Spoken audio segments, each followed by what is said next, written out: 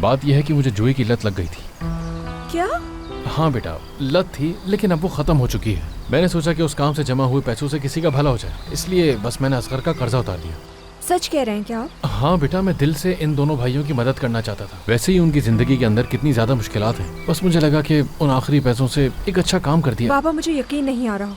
जुए से तो आपका कोई ताल्लुक नहीं था। यकीनन मजाक कर रहे हैं आप। बेटा देखो, मुझे खुद बहुत शर्मिंदगी हो रही है, इसलिए मैं तुमसे नजरें तक नहीं मिला पा रहा, लेकिन अब वो सब खत्म हो गया है।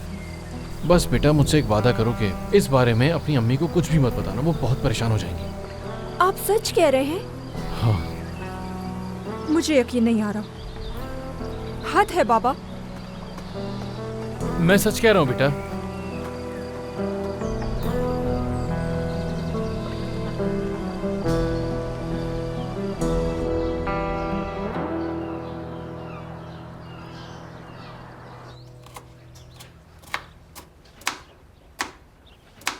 असगर की बात कर रहा हूँ। बड़ापन है उनका कि उन्होंने कर्ज की जिम्मेदारी ले ली उसकी। इतनी बड़ी रकम अदा की उसके लिए। कौन करता है आजकल के जमाने में ऐसा?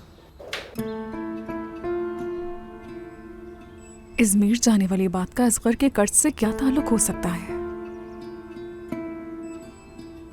जिम, तुम क्या करने का सोच रहे हो?